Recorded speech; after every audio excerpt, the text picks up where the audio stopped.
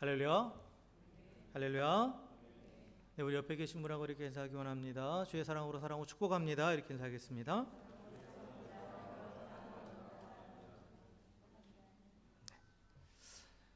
네, 우리 계속해서 마태복음 5장의 말씀, 산상수훈의 말씀을 가지고 함께 은혜를 나누고 있습니다. 그래서 마태복음 5장 산상수훈은 예수 그리스도로 인해서, 예수님으로 인해서 시작된 하나님 나라의 복이 무엇인지에 대해서 쭉 선포하고 있고요. 그리고 또한 그 하나님 나라의 복을 받은 자로서 이제 그 주님을 따르는 자들은, 주님의 제자 됐고 또한 주의 성도된 우리 모든 사람들은 그 하나님 나라를 살아가면서, 그 하나님 나라를 살아가는 자로서 또 이 땅에서 또 빛과 소금의 삶을 살아간다라고 그렇게 예수님께서 선포하셨죠.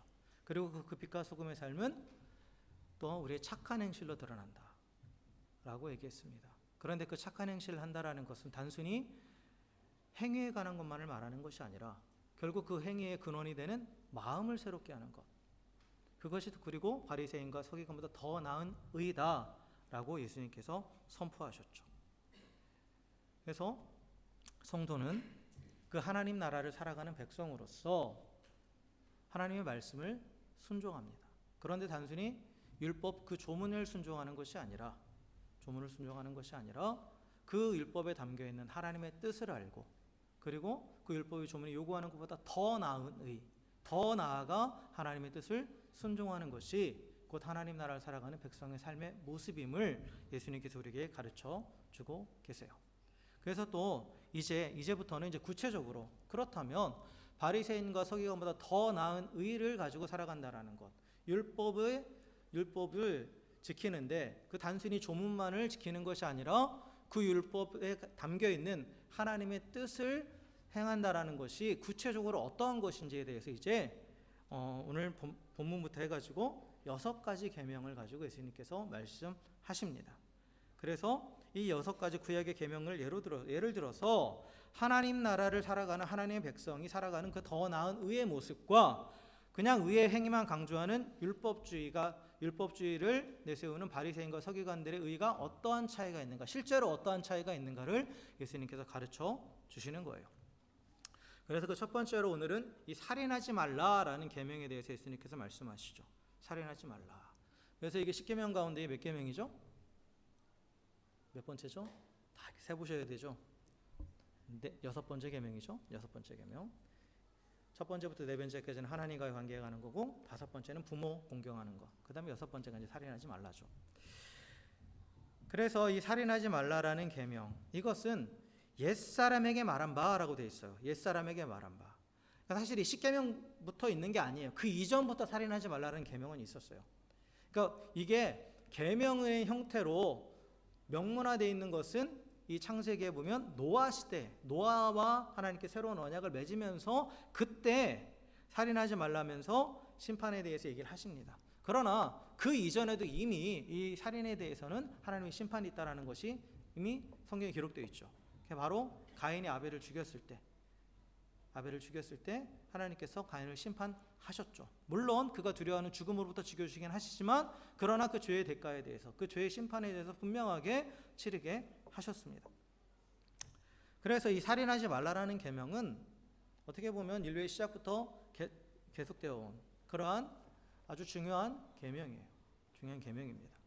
그런데 그 예수님께서 오늘 이 살인하지 말라라는 계명을 옛사람에게 말한 바 살인하지 말라라고 이렇게 하고 나서 그 다음에 22절에 보면 나는 너희에게 이르노니 라고 그렇게 말씀하시면서 이 계명을 다시 풀어주세요.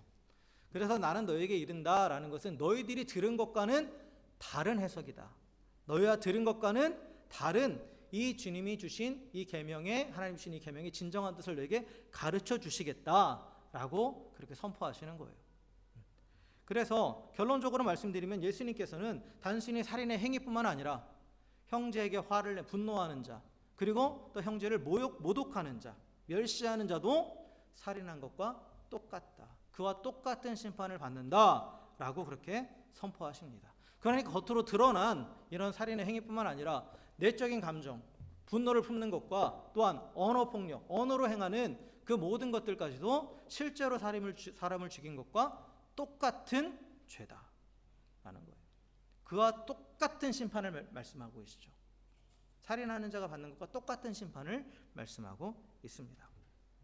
그래서 형제에게 노하는 자마다 심판을 받을 것이고, 그리고 또 형제를 향해서 라가라고 욕하는 자, 미련한 놈이라고 욕하는 자도 또한 지옥불에 들어가게 될 것이다 라고 그렇게 아주 강력하게 선포하고 계십니다. 그래서 예수님은 행위의 어떤 결과만을 보는 것이 아니죠. 항상 마음을 보신다고 그랬죠. 중심을 보시는 분이에요. 그리고 사실 눈에 보이는 행위는 결국 내가 품은 생각의 결과입니다. 그죠?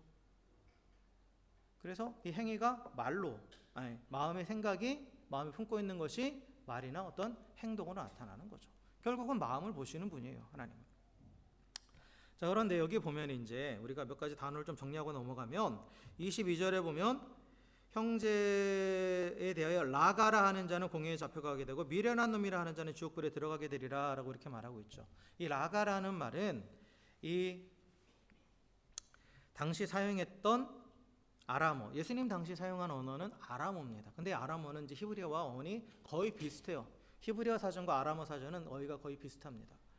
그래서 이 아람어를 이 신약 성경은 이제 헬라어로 쓰여졌잖아요. 그래서 헬라어로 음역한 게 바로 이제 이 라가인데, 원래 아람어 원어는 레카입니다. 레카. 근데 이 레카라는 말은 뜻이 뭐냐면 비어 있는 머리라는 뜻이에요. 우리가 흔히 하는 표현 있죠. 죄송합니다 이런 표현 써. 너 닭대가리냐? 이런 표현 쓰시죠. 저만 쓰시나요? 하여튼 여러분 이런 비속어 안 쓰시니까. 근데 머리가 비었다라는 뜻이에요. 이게 욕이에요. 욕입니다. 그리고 이 레카라는 말에 그 어근인 아람어 동사 라카크는 뭐냐면 침을 뱉다라는 뜻이에요. 그러니까 이 침을 뱉다라는 것은 뭔가 모욕적인 행위죠. 그래서 이 레카라는 말은 이 욕설과 더불어서 침을 뱉는 행위가 수반된 거예요. 그 말을 할 때는 에이 하면서 머리 핀 놈아 막 이러는 거예요. 쉽게 말하면. 그러니까 상대를 욕하는 거죠. 욕하는 거예요. 그리고 이 미련한 놈이라고 지금 우리말로 완전히 해석이 되어 있잖아요. 해석이 되어 있어요. 근데 사실 이것도 원래는 원어로 써야 맞는 거죠. 그래서 원어는 뭐냐면 모레입니다. 모레는 헬라어예요. 헬라어로서 미련한 놈이라는 뜻입니다. 그래서 지금 예수님께서 지금 사용한 이 두 가지 단어는 뭐냐면 아람어로 하는 욕과 헬라어로 하는 욕이에요. 그러니까 당시 대표적으로 쓰였던 그 예수님 당시 그 팔레스타인 지역에 대표적으로 쓰였던 이 두 가지 언어, 이 아람어와 헬라어에서 가장 흔히 쓰는 욕설이 바로 이 라카와 그리고 모레입니다. 모레. 그래서 이 미련한 놈, 이 멍청한 놈 하면서 하는 욕이에요. 근데 이게 되게 보편적으로 쓰였다라는 것은 그 심한 욕은 아니었다라는 거죠. 그냥 아주 편하게 쓰는 욕이었어요. 흔히 쓰는 욕이었어요. 근데 내용을 들여다보면 심각한 거예요. 심각합니다. 그러니까 이게 오늘날로 따지면 여기 사람들이 흔하게 쓰는 F워드도 이런 것과 동일한 겁니다. 그리고 한국에서도 뭐 욕 많이 하잖아요. 그리고 요즘 뭐 아이들은 욕이 없으면 대화가 안 되더라고요. 그죠? 그 말 안에 그러니까 막 우리가 공영방송이나 이런 거 볼 때 막 말할 때 보면 다 삐처리밖에 안 나와요. 그죠? 욕설이 나가면 안 되니까 공영방송에서는. 그러니까 이 비속어, 욕설 그게 너무나 흔하죠. 흔해요. 그러니까 당시에도 이렇게 흔하게 쓰였던 그런 욕이에요. 욕. 그런데 예수님께서는 앞에 형제를 향해서 분노하는 것과 더불어서 형제를 향해서 경멸하는 말, 즉 욕설하는 것도 살인과 똑같은 죄로 보신다라는 거예요. 살인과 똑같은 죄로 보시는 겁니다. 그래서 그 욕설하는 자도 지옥에 들어간다라는 표현이 되어 있어요. 이 지옥이라는 말은 이제 게인나 헬라어로 게였는데 이게 당시 뭐를 가리켰냐면 구약에도 보면 흰놈의 골짜기라는 그 지명이 나와요. 흰놈의 골짜기. 흰놈의 골짜기는 이제 예루살렘에 있는 어느 한 구석진 그런 골짜기인데 여기에 뭐가 있냐면 쓰레기 소각장이 있습니다. 쓰레기 소각장이 있어요. 그래서 밤낮으로 불이 타는 곳이에요. 밤낮으로 불이 타는 곳입니다. 그래서 이 게인나가 이 지옥 불을 상징한 지옥 불을 의미하잖아요. 지옥은 이제 불타오르는 곳을 의미하잖아요. 그래서 그 흰놈의 골짜기가 곧 이 지옥을 의미하는 겁니다. 그래서 심판을 받게 되고 공회에서 또 판결을 받게 되고 또 지옥불에 들어간다. 이것은 결국은 궁극적으로 하나님 앞에 심판받게 된다라는 그런 점진적인 표현이에요. 정치적인 그러한 표현입니다. 그래서 예수님은 살인하지 말라라는 이 계명뿐만 아니라 형제를 향해서 분노하는 자, 그리고 또한 욕설을 하는 자, 욕설한다라는 건 멸시한다는 뜻입니다. 형제를 무시하고 멸시하는 자 또한 살인하는 자와 같은 그러한 영원한 지옥의 형벌을 받게 된다고 선포하시는 거예요. 전통적으로 이 살인하지 말라라는 계명은 사실 어느 시대나 다 어느 문화에서나 다 엄중하게 지켜야 되는 그런 계명이죠. 그렇죠? 특별히 또한 우리에게 있어서 생명은 하나님께로부터 온 거잖아요. 그렇죠? 생명의 주인은 하나님이에요. 나도 내 생명의 주인은 아니에요. 그렇기 때문에 이 생명을 해야 한다라는 것은 생명의 주인 되신 하나님을 향한 정면 도전이죠. 하나님을 대적하는 겁니다. 그렇기 때문에 마땅히 심판을 받는 거예요. 자, 그런데 여기서 예수님께서 단순히 살인하지 말라라는 계명과 뭔가를 더 덧붙이시는 게 아니라 예수님께서 지금 요구하시는 건 뭐냐, 말씀하시는 건 뭐냐면 이 계명에 담겨 있는 하나님의 뜻을 알라라는 거예요. 그리고 그것을 우리가 행해야 된다라는, 그게 더 나은 의라고 그랬잖아요. 그러면 생명을 해하지 말라, 살인하지 말라라는 계명 안에 담겨 있는 하나님의 뜻은 무엇일까요? 그건 뭐냐? 생명을 존중하라예요. 생명을 존중하라는 겁니다. 모든 생명은 하나님께로부터 왔기 때문에 그 생명을 존중하라는 거예요. 근데 이 생명은 결국 이 육체적인 것만을 말하는 게 아니죠. 그렇죠? 그 한 사람의 존재 자체를 그 존재의 가치를 존중하라는 거예요. 그래서 단순히 육체적인 해를 가하는 것을 하지 말라는 것을 넘어서서 그 상대방의 존재 자체를 존중하라는 거예요. 존중하라는 겁니다.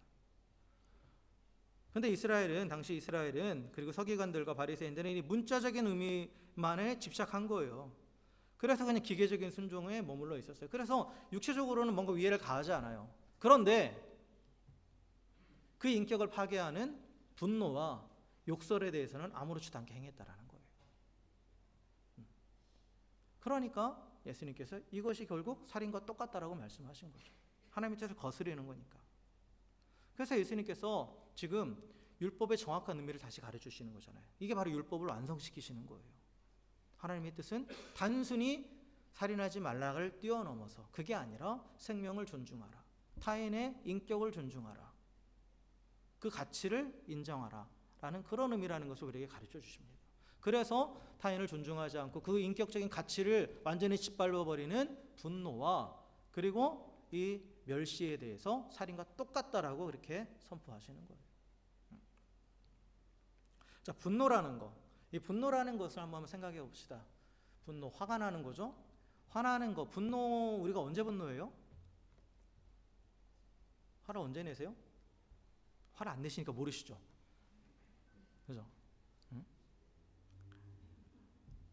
화가 언제 납니까? 누군가 나의 뜻을 꺾고 나의 삶을 방해할 때, 그리고 나에게 해를 끼칠 때 자연스럽게 일어나는 감정이죠. 분노의 감정은 자연스럽게 일어나는 거예요. 이건 자연적인 현상입니다. 그래서 분노의 감정이 일어나는 것 자체는 죄가 아니에요. 그 사람이 원인 적응을 했기 때문에 누군가가. 그런데 문제는 뭐냐면 이 분노의 감정을 우리는 그냥 보내야 돼요. 이 감정이 일어난다고 다 그걸 붙잡으면 안 되는 거예요. 보내야 되는 겁니다. 근데 이 분노의 감정을 붙잡는 순간 죄가 시작되는 거예요. 붙잡는 순간. 그리고 대부분의 경우 우리는 적극적으로 분노의 감정을 붙잡아요. 그렇죠? 화가 나면 그걸 이렇게 흘려보내기보다는 그걸 붙잡고 품어요. 품습니다. 그러다 보면 어떻게 돼요? 더 커져요. 그렇죠? 다 경험해 보셨죠? 저만 그래요? 또 아닌 것처럼 하지 마시고. 화를 품으면 어떻게 돼요? 이게 점점 커지죠. 그대로 있는 게 아니잖아요. 그러니까 누군가에게 분노한다라는 건 그 사람이 나에게 한 행동을 계속 곱씹는 거예요. 그러면 이게 더 커지죠. 그래서 뭔가 분석해 보다 보면 이 행위 하나에만 분노하는 게 아니라 그 뒤에 있는 것까지 가지치기 하면서, 그리고 네가 예전에 나한테 어떻게 했지 하면서 뭐 별의별 게 다 나오잖아요. 부부싸움 해보시면 나오잖아요. 당신이 옛날에 나한테 이렇게 했잖아 하면서. 그러면은 또 한쪽은 왜 그걸 이제도 얘기하냐고 그러고, 응? 이게 지금 그거 무슨 관계가 있냐고 그러고. 근데 분노를 품다 보면 계속 그게 계속해서 꼬리에 꼬리를 물고 더 확장되어 갑니다. 커져가는 거예요. 분노를 품고 그 분노를 그대로 간직하고 있는 사람은 없어요. 키워지는 거지. 분노는 간직할수록. 키워지는 거예요. 근데 또 대부분 그렇게 해요. 왜냐? 이 분노를 키움으로써 이 문제를 내가 바로잡으려고 하는 거예요. 그러니까 어떤 문제에 대해서 내가 겪은 이 문제를 해결할 방법으로 그걸 동력으로 뭐를 삼냐면 분노를 그 동력으로 삼아요.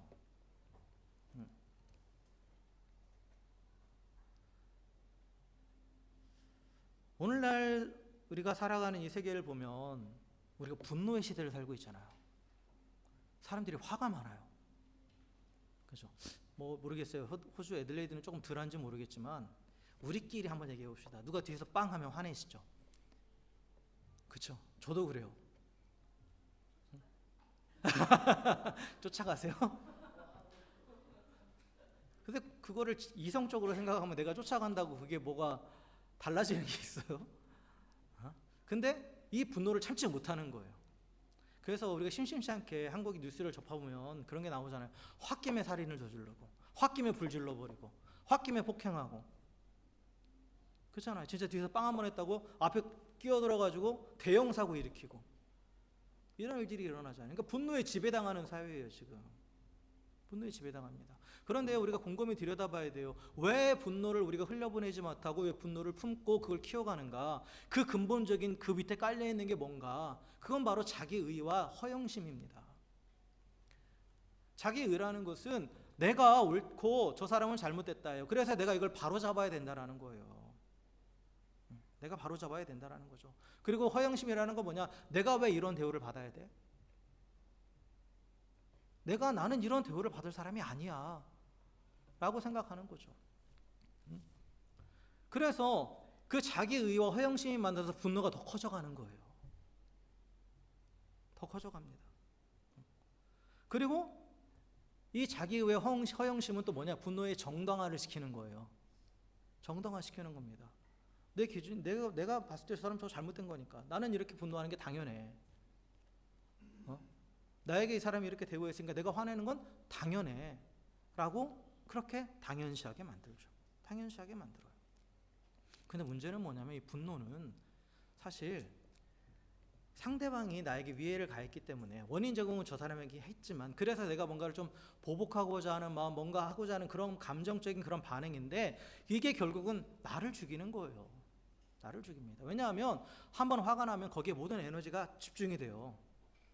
그잖아요. 나를 화가 나게 한 그 상황들을 계속 곱씹잖아요. 계속 곱씹어요. 그러다가 이걸 표출을 하는 사람은 이제 결국은 이제 살인까지 가는 거고 표출을 하지 못하는 사람은 속으로 이제 골병 들어가는 거예요. 화병이 들어가는 거죠. 그 스스로를 죽여가는 거예요. 스스로를 죽여갑니다. 그리고 이 분노를 품고 있으면 사람을 대하는 데 있어서 날카로워질 수밖에 없어요. 그와 상관없는 사람까지도. 그잖아요. 괜히 그냥 이 화나는 있는 사람 잘못 건드렸다가 괜히 낭패를 당하는 경우들이 있죠. 나하고는 상관없는데 갑자기 왜 나한테 그래 하면서 나한테 막 갑자기 버럭 그런 경우들도 있잖아요. 그래서 이 주변 사람들까지 다 힘들게 만들어요. 자기뿐만 아니라. 그래서 참 이 분노를 해결하지 못하고 품고 있으면 사실 나의 모든 에너지가 거기로 집중됩니다. 그래서 다른 일을 못해요. 그잖아요. 다른 일을 못해요. 이성적인 판단도 못합니다. 그 감정에 휩쓸리다 보면 일도 손에 안 잡히고 그러니까 자기한테 그 손해가 되는 거예요. 그리고 그러다가 이제 결국은 이 행동에 이 통제권을 이 분노의 감정에 내어주는 순간 이제부터는 그때는 또 일이 터지는 거죠. 일이 심각해지는 거죠. 그래서 비참한 결과가 일어나게 됩니다. 그리고 문제는 뭐냐면 내가 분노를 표출한 그 대상은 가만히 있을까요? 아니죠. 그 사람도 자기 의가 있어요. 그 사람도 자기 허영심이 있어요. 그러면 또 그 사람 안에도 분노가 일어나겠죠. 분노가 일어나겠죠. 이거 그냥 아주 쉽게 생각하시면 돼요. 부부싸움 하시는 거 생각하시면 돼요. 남편이 나한테 뭔가 잘못했어요. 그러면 그걸 가지고 내가 분노를 품고 있다가 터뜨렸어요. 그럼 남편은 뭐라고 그래요? 그래, 내가 잘못했어. 근데 너 왜 나한테 이렇게 말해? 왜 나를 무시해? 하고 또 다른 분노가 그 안에 일어나죠. 그러면 또 이제 아내는 당신은 왜 나를 이렇게 대해? 그러면서 또 이전 일을 또 끌어오고 막 그러면서 결국 이 분노가 지배된 행동은 그 어떠한 문제도 해결하지 못하고 또 다른 분노를 낳고 그리고 오히려 문제를 더 키워가게 됩니다. 그래서 파국이 일어나는 거예요. 그래서 깨지는 거예요, 관계가. 그래서 깨지는 겁니다. 그리고 또 분노를 품고 키우는 것은 마귀로 틈을 타게 하는 겁니다. 마귀는 계속해서 틈을 노리고 있잖아요. 그래서 에베소서 4장 26절에서 27절에 보면 분을 내어도 죄를 짓지 말며 해가 지도록 분을 품지 말고 마귀에게 틈을 주지 말라라고 말해요. 그럼 마귀는 뭐를 틈탄다고요? 우리가 분을 품을 때 틈타는 거예요. 그래서 이 분을 가지고 죄를 짓게 만드는 거예요. 분노를 가지고. 그래서 마귀가 그 틈을 가지고 죄를 짓게 하면 결국은 모든 관계가 깨지고 그 결과는 지옥과 같은 삶이 되는 거예요. 내가 분노를 표출하면 모든 문제가 해결되고 시원해질 것 같잖아요. 그렇잖아요? 아니라는 거예요. 오히려 더 지옥이 그 앞에 기다리고 있다는 거죠. 지옥과 같은 인생이. 그 대표적인 예가 가인입니다. 가인이에요. 인류 최초의 살인자가 가인이잖아요. 근데 가인이 이 살인은 뭐로부터 시작됐습니까? 분노로 시작됐죠. 하나님을 향한 분노와 자기 동생을 향한 분노로부터 시작된 거예요. 근데 그가 화를 내고 분노했을 때 하나님께서 가인에게 찾아오셨죠. 찾아오셔서 뭐라고 말씀하시냐면 죄가 지금 네 문 앞에서 기다리고 있다. 그러니까 너는 죄를 다스려라 라고 말씀하셨어요. 가인이 아벨을 죽이기 이전에 하나님께서 분명히 경고하셨어요. 지금 네가 분노를 품고 있잖아. 그거는 지금 죄의 문을 열어주는 거야. 그러니까 이 분노를 다스리지 않으면 너는 죄를 짓게 될 거야 라고 경고하신 거예요. 그래서 이 분노를 다스리라고 말씀하셨어요. 다스리라고. 그런데 가인은 어떻게 했어요? 그 분노를 그대로 품고 그 분노를 폭발시켰죠. 그 결과는 뭐였습니까? 동생을 죽이는 거였어요. 살인으로 이어졌죠. 여러분 마음속에 품고 있는 분노는 결국은 살인으로 이어집니다. 살인으로 이어질 수밖에 없어요. 그게 저절로 사그라들진 않아요. 그런데 그 뒤에 가인이 어떻게 됐어요? 마음이 후련해졌어요? 아니죠. 그 뒤로부터 가인은 어떻게 됩니까? 두려움에 떨었어요. 자기도 똑같이 보복당할까 봐. 똑같이 보복당할까 봐. 그래서 누가 나를 죽일까 봐 두렵다라고 하나님께 가인이 호소를 하죠. 호소를 해요. 그래서 가인은 두려움을 떨면서 유랑하는 존재가 되었어요. 비록 하나님의 은혜로 당장 죽음은 모면하게 됐지만 그러나 계속해서 그 죽음에 대한 두려움으로 인해서 유랑하면서 계속 불안한 인생을, 그게 지옥 같은 인생이죠. 그러한 인생을 살게 됐습니다. 그리고 압살롬도 보면, 그 다윗의 아들 압살롬도 보면 그 분노를, 압살롬은 당장 터뜨린 게 아니에요. 계속 품고 해서 이것을 거의 십 년에 가까운 시간을 분노를 품고 있었어요. 그러다가 폭발을 시키죠. 그래서 이복형을 죽이고 또 더 나아가서 또 아버지도 죽이려고 하다. 그러다 결국은 비참한 추후를 맞이하게 되죠. 그러니까 분노를 해결하지 않고 품고 있으면 언젠가는 남을 해야든지 자신을 해야든지 하는 결과로 나타날 수밖에 없습니다. 그래서 이 분노는 이 자기 의에 기인한 또 자기 허영심에 근간을 둔 이 분노를 계속해서 유지하고 키워가는 것은 결국 최악의 그러한 살인을 비롯해서 또한 그 또 다른 분노를 유발함으로써 그 죄를 더 키우고 문제를 더 키우는 악순환을 계속해서 유발하게 되는 거예요. 그 악순환은 끝이 없는 거예요. 끝이 없습니다. 그래서 복수의 순환들이 일어나잖아요. 계속해서 보면. 그래서 이 문제에 대해서 진정한 해답은 뭐냐. 어떤 사람이 나에게 또 분명히 잘못을 했으니까 원인 제공을 했지만 그러나 거기에 대해서 분노하는 것은 그 잘못에다 잘못을 더하는 거예요. 잘못에 잘못을 더한다고 해서 이렇게 바로 잡아지는 게 아니죠. 성경이 우리에게 가르쳐주는 것은 뭐냐. 누군가가 나에게 해를 가했더라도 그것을 해결할 수 있는 방법은 뭐냐. 그와 똑같이 반응하는 것이 아니라 그에 대해서 내가 분노하고 그에 대해서 내가 보복하는 것이 아니라 인내의 사랑으로서 견디는 것이다 라는 거예요. 그럼으로써 그 잘못을 바로잡게 되는 겁니다. 그걸 성경은 악을 선으로 이기라고 말씀하시죠. 누군가가 내게 악을 행했다고 해서 나 똑같이 악을 하면서 다 받아치는 게 아니라 그것은 해결되는 게 아니라는 거예요. 근데 악을 선으로 이기면 악이 사라진다는 거죠. 악을 악으로 받으면 더 큰 악이 발생하는 거고.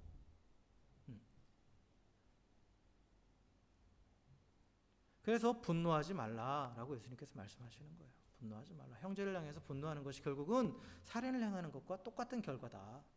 똑같다. 라고 그렇게 말씀하고 있는 거죠.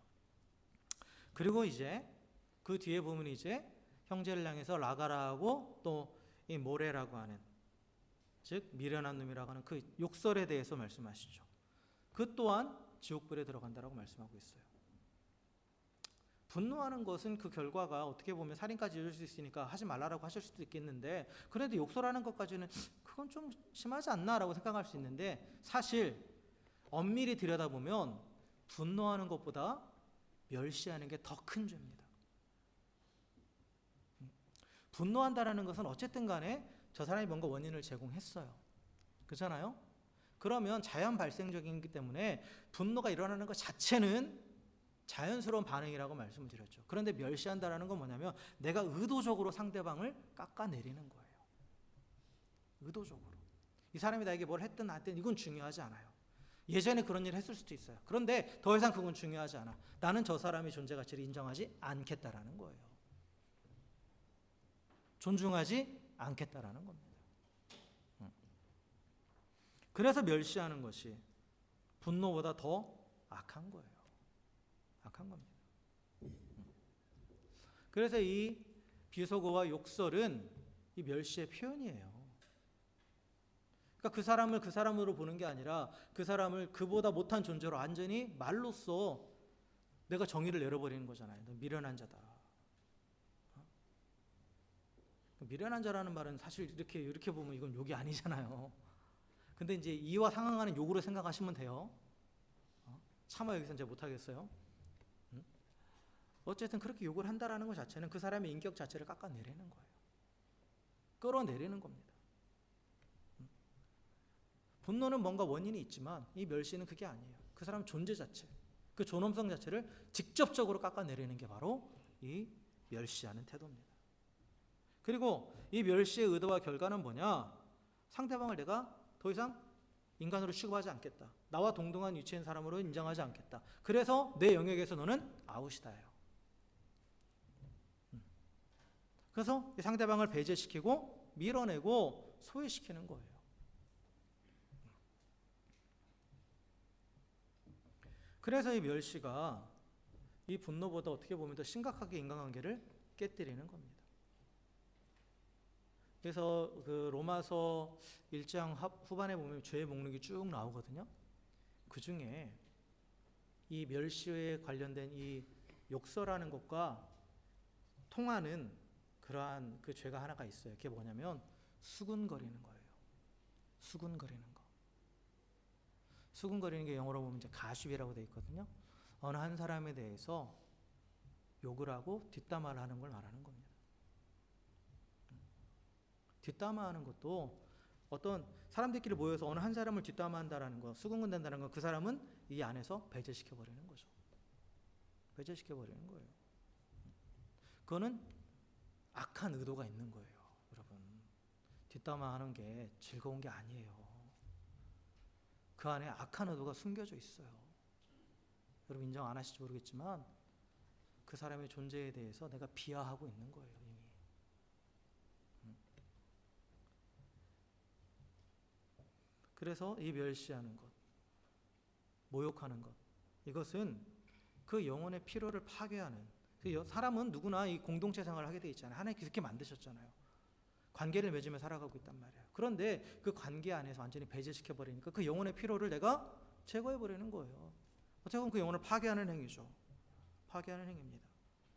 그렇기 때문에 지극히 악한 행동이에요. 여러분 자녀들한테도 분명히 가르치셔야 됩니다. 이 언어에 대해서. 욕설하고 비속어 쓰는 거에 대해서. 아 요즘 애들 다 그래. 다 그렇다고 넘어가면 다 이제 애들 다른 사람들 다 지옥 가면 다 따라가게요. 그건 아니잖아요.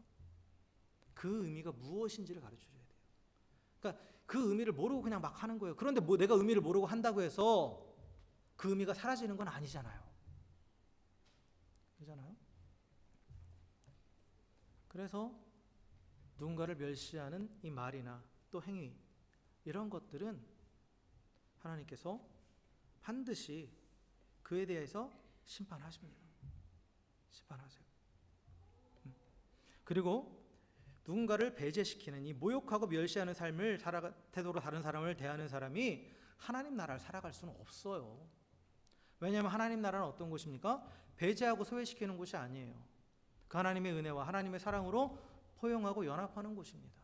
사랑이라는 것은 안아주는 거예요. 품어주는 거예요. 사랑이 지배하는 나라가 하나님 나라인데 배제하고 소외시키는 것은 하나님 나라에 합당한 삶이 아니죠. 그러니까 이렇게도 볼 수 있어요. 누군가를 배제하는, 소외시키고 하는 그런 삶을 살아가는 자는 스스로를 하나님 나라에서 소외시키는 거예요. 스스로를.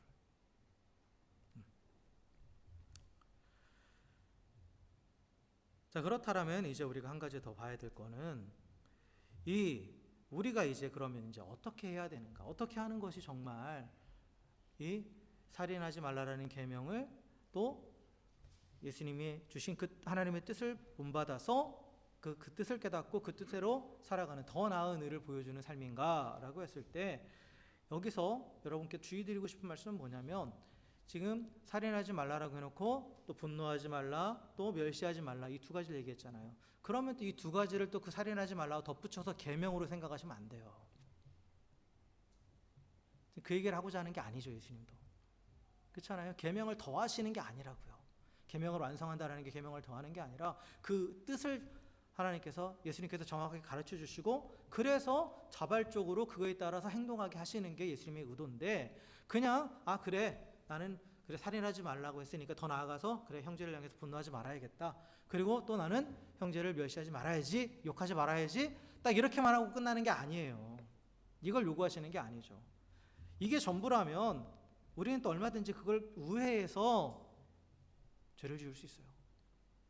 그렇잖아요. 그래 나 분노 안 했으니까, 그래 나 욕하지 않았으니까. 근데 그렇게 안 하고도 형제에게 해를 가하고 배제할 수 있습니다. 그죠? 나 화내는 거 아니야. 그냥 네가 한 대로 돌려주는 거야. 나 너 욕하는 거 아니야. 그냥 너에게 얘기 안 하는 것뿐이야. 이런 식으로 얼마든지 우리가 배제시킬 수 있어요. 근데 예수님은 결국 이 행동의 근원인 이 마음의 변화를 다루신다라고 그랬죠. 다루신다라고 했어요. 그래서 예수님께서 분명하게 우리에게 선포하시는 거 뭐냐? 우리는 하나님 나라 사람, 하나님 나라 백성이라는 거예요. 그죠? 그렇다면 이 하나님 나라의 백성으로서 변화된 마음 상태가 뭐냐? 우리는 하나님 나라의 백성이 되기 위해서 예수 그리스도를 믿는 예수 그리스도의 복음을 믿었죠. 복음을 믿었어요. 근데 이 복음 안에 담겨 있는 내용이 뭐예요? 복음 안에 나는 의롭지 않다예요. 복음 안에 담겨 있는 거는 아까 얘기한 거, 이 분노와 또 이 멸시하는 이 태도 안에 깔려 있는 근본적인 거는 자기 의라고 그랬죠. 내가 의롭다예요. 그리고 허영심이라고 했죠. 나는 자격이 있다예요. 그런데 복음 안에 담겨 있는 내용은 뭐예요? 나는 죄인이다예요. 그리고 복음은 또 우리에게 뭐를 가르쳐줘요? 나는 아무런 자격이 없다예요. 그런데 이 아무런 자격 없고 철저하게 죄인인 나를 하나님께서 사랑으로 품어주셨다 해요. 그 은혜로. 그래서 모든 문제를 해결해 주셨다 해요. 그러기 때문에 하나님 나라의 백성인 우리 성도들이 이 동일한 원리를 가지고 누군가가 나에게 해를 끼치고 하는 그 대상에 대해서 하나님과 똑같은 방식으로 우리가 대해야 되는 거예요. 인간이 죄를 짓는 것은 하나님께 해악을 가하는 겁니다. 하나님을 하나님으로 인정하지 않고 하나님께 반역한 거라고 그랬어요. 죄라는 것은 단순히 내가 잘못된 길로 가는 게 죄가 아니에요. 죄 자체가 하나님을 반역하는, 하나님께 엄청난 위해를 가하는 행위예요. 그런데 하나님은 그것을 어떻게 하셨습니까? 거기에 대해서 그 죄진 인간에게 분노하는 것이 아니라 품어주시고, 그리고 또한 오히려 겸손하게 그 죄를 해결하시기 위해서 인간의 모습으로 이 땅에 오셨잖아요. 그러니까 그 원리로 인해서 구원받았기 때문에 그 원리가 삶의 원리가 되는 거예요. 동일하게 하나님 나라 백성은. 그래서 누군가가 나에게 위해를 가했을 때 분노함으로 그 문제를 해결하는 게 아니라 하나님이 나를 사랑하신 것처럼, 나를 용납하신 것처럼 용납하고 품어줌으로 인내함으로 그 문제를 해결하는 거예요. 나의 자격을 내세우는 게 아니라 스스로 낮아짐으로 그 문제를 해결하는 겁니다. 그래서 지금 계속 제가 강조되는 건 뭐냐면 뭔가를 해라가 아니에요. 예수님께서는 우리에게 너는 이런 존재다예요. 이런 존재다. 그래서 세상은 자신에게 위해를 가하고 또 스스로 뭔가 판단을 하면서 하나님에게 분노하고 멸시하지만 하나님 나라를 살아가는 너희들은 그게 아니라 하나님의 사랑을 받은 자이고 그 은혜를 경험한 자이기 때문에 분노하고 멸시함으로 해결하는 게 아니라 사랑하고 섬김으로 해결한다 라고 선포해 주신 겁니다. 그래서 새로운 계명을 가지라는 게 아니에요. 분노하지 말아라, 멸시하지 말아라가 아니라 그 이웃을, 그 사람을 하나님이 사랑하신 자로 보고 소중히 대한다면, 그리고 또한 하나님께서 내게 베푸신 그 은혜를 기억한다면 내가 미워하지 않거나 멸시하지 않으려고 노력할 필요가 없다라는 거예요. 마음이 그렇게 변화된다면, 그리고 변화되다고 선포하셨으니까 내 존재, 내 정체성을 그렇게 깨닫고 있다라면 내가 미워하지 말아야지, 내가 욕하지 말아야지, 그렇게 하지 않아도 저절로 된다라는 거예요. 그러니까 중요한 건 내가 어떤 존재인지를 다시 한번 깨닫는 겁니다. 내가 어떤 존재인지. 나는 하나님 앞에 하나님을 배반한 죄인이었고 하나님을 거역한 죄인이었고, 그리고 어떤 존재의 가치도 없는, 결국 영원한 죽음을 향해 가는 존재였는데 하나님께 나를 사랑하셔서 그 모든 죄의 문제를 해결해 주시고 또 가장 귀한 존재로 바꿔 주셨단 말이에요. 그 마음을 품고 다가가라는 겁니다. 여러분, 내가 화를 내지 않겠다, 또 미워하지 않겠다, 멸시하지 않겠다라는 그런 계획만 세우고 그렇게만 한다고 해서 이웃을 사랑할 수 있느냐? 그건 아니에요. 그런데 이웃을 사랑하잖아요? 그러면 미워하지 않고 멸시하지 않고 분노하지 않게 되는 거예요. 이건 완전히 다른 거죠. 완전히 다른 거예요. 그래서 이 바울도 그렇게 말씀했어요. 로마서 13장 8절에 남을 사랑하는 자는 율법을 다 이루었다라고 표현해요. 그러니까 사랑을 따라 행하는 것이 율법의 조문이 그 모든 것들을 다 이룬다라는 거예요. 율법의 조문을 이룸으로 사랑을 이루는 게 아니라 사랑을 따라 행하는 게 먼저예요. 그러면 율법의 조문은 저절로 지켜진다라는 거죠. 그래서 이 성도는 하나님의 사랑으로 모든 문제를 해결받은 자예요. 그렇잖아요. 인생의 가장 심각한 문제, 하나님과의 모든 관계의 문제를 해결받은 자가 바로 성도예요. 그렇기 때문에 그는 그 사랑의 원칙을 따라 행하는 거예요. 그게 바로 더 나은 의를 가진 자입니다. 그래서 그 사랑을 따라 행하는 자는 다른 어떤 것보다 뭐에 우선순위를 두느냐? 형제와 화목하는 일에 우선순위를 두는 겁니다. 이 뒤에 나오는 두 가지 예가 나오잖아요. 그래서 그 제물을 드리다가 누구에게 원망받은 일이 생각났거든. 어떻게 하라? 가서 화해하고 와라 라고 해야 되잖아요. 근데 이것도 율법적으로 해석하는 사람들이 있어요. 누구한테 싸웠으면 예배 드리면 안 된다. 제가 아주 재밌는 얘기를 예전에 들은 게 있는데, 어느 부부가 교회에 열심히 이제 주일에 왔다가 차 안에서 대판 싸우고 이런 상태로는 예배 드릴 수 없다고 집으로 돌아갔다는 얘기를, 이 말씀을 생각하면서 우리가 싸웠는데 어떻게 예배를 드리겠느냐. 참 말씀을 잘 지켰죠. 근데 이 말씀을 하신 이유는 뭘까요? 예배 드리지 말라가 목적이에요? 화해하라가 목적이죠. 화해하라는 게 목적이에요. 예배는 드려야 되는 거죠. 그러면 어떻게 해야 돼요? 예배를 드리기 위해서라도 화목하게 화해를 해야 되는 게 맞는 거죠. 근데 내가 화해 못했으니까 예배 안 드리겠다? 그건 말씀을 잘못 해석한 거죠. 그렇잖아요. 그래서 화목하기를 최우선순위에 두라는 거예요. 또 다른 율법적으로 그렇게 해석할 게 아니라는 거죠.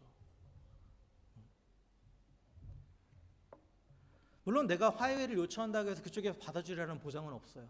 그러나 나는 내가 최선을 다해서 거기에 그것을 위해서 최선을 다하라는 거예요. 상대의 반응이 어떻든 간에 화목하기 위해서 최선을 다하라는 겁니다. 그게 예배보다 우선순위라는 거예요. 예배를 드리지 말라라는 게 아니라 어떤 종교적인 행위보다 형제와 화목을 추구하는 게 우선순위라는 거죠. 그래서 진정 그 서기관과 바리새인의 의를 넘어서 더 나은 의를 따라 살아가는 자는 화목하게 힘쓰는 자입니다. 화목하게 힘쓰는 거예요. 그리고 또 우리가 또 하나 또 짚고 넘어가야 될 게 뭐냐면, 그러면 화목하기 위해서는 그럼 내가 무조건 저 사람이 말하는 거 다 들어줘야 되나? 그건 아니에요. 그건 아닙니다. 상대방의 요구를 다 들어주라는 얘기도 아니에요. 여러분, 화목을 추구한다라는 건 내가 누군가에게 호의를 가지고 대하는 거잖아요. 그럼 누군가를 호의를 가지고 대한다라는 건 그 사람이 정말 유익하게 행복을 구하는 거예요. 그러면 이것이 그 사람의 요구를 다 들어주는 것과는 다른 거예요. 여러분, 자녀의 예를 제가 많이 들잖아요. 여러분은 자녀의 유익과 행복을 누구보다 원하시죠. 누구보다 구하시는 분이에요. 그렇다고 요구하는 걸 다 들어주진 않으시죠. 다 들어주진 않아요. 그렇죠? 그러니까 상대방의 유익을 구한다라는 것은 그 사람이 요구하는 걸 다 들어주는 게 아니에요. 양보할 건 양보하지만 또한 양보하지 말아야 될 때도 있어요. 그리고 때로는 시비를 가려야 될 때도 있어요. 무조건 시비를 가리지 말고 덮어둬라 이 얘기도 아니에요. 시비를 가려야 될 건 가려야 될 거는 분명히 가려야 돼요. 그런데 시비를 가리든 양보하든 요구를 들어주든 그 목적이 뭐가 돼야 되느냐? 상대방의 유익을 위해서가 돼야 되는 거고, 공동체의 유익을 위해서가 돼야 되는 거예요. 그리고 또 그 과정에서 분노하지 말고 멸시하지 말아야 된다는 거예요. 이게 진정한 화목을 추구하는 모습입니다. 무조건 다 들어주는 게 아니에요. 내 마음 편하려고 무조건 다 들어준다? 이거는 화목을 추구하는 게 아니죠. 또 다른 자기 유익을 구하는 모습이죠.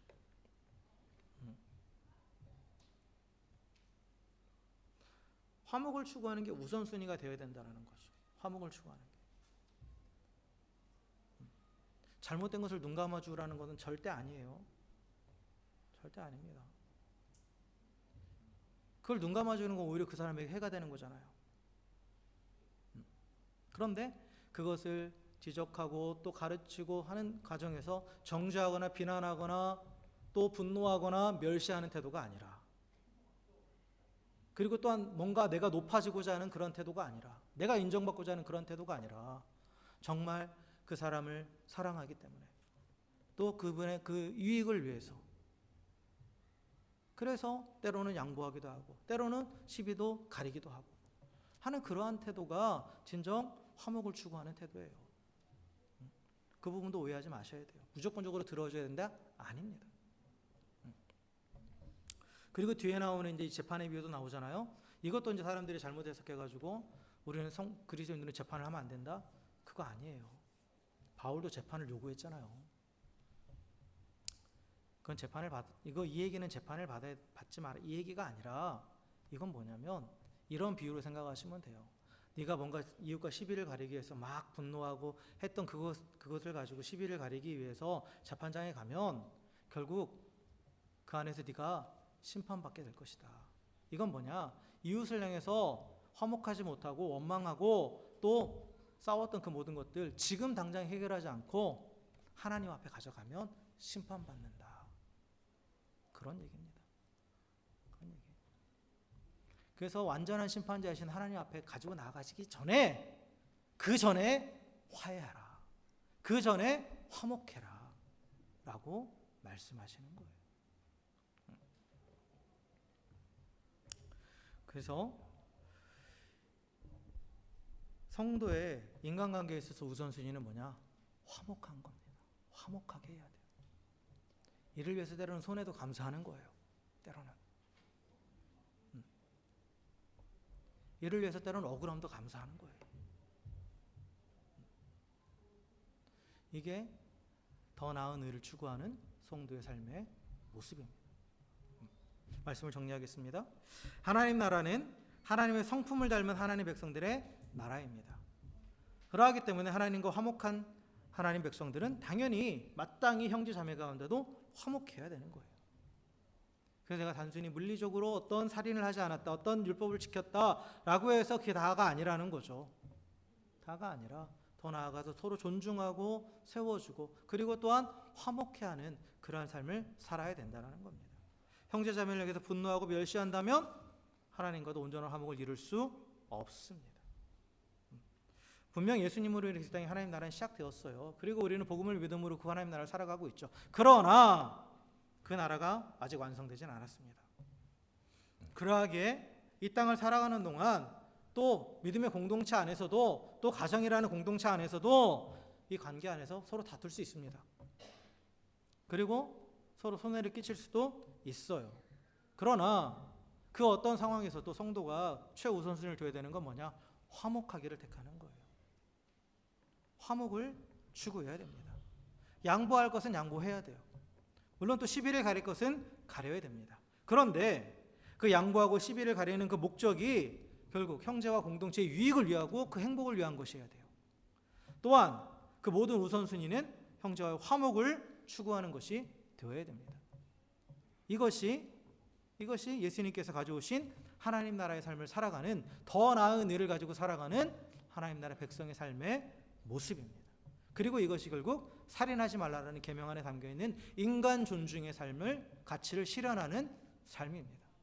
그래서 내게 먼저 사랑으로 다가오셔서 그 사랑을 따라서 나를 품어주시고 용납해주시고 또 나와 관계를 맺으시는 그 하나님의 사랑을 받은 자로서 그 사랑을 따라 또한 모든 관계의 행함으로 화목해하는 자, 그래서 또 하나님의 나라를 이루어가고 또 하나님 나라의 기쁨과 평강을 누리며 살아갈 수 있는 저 여러분들이 모두가 되기를 주의 이름으로 간절히 축원합니다. 함께 기도하겠습니다.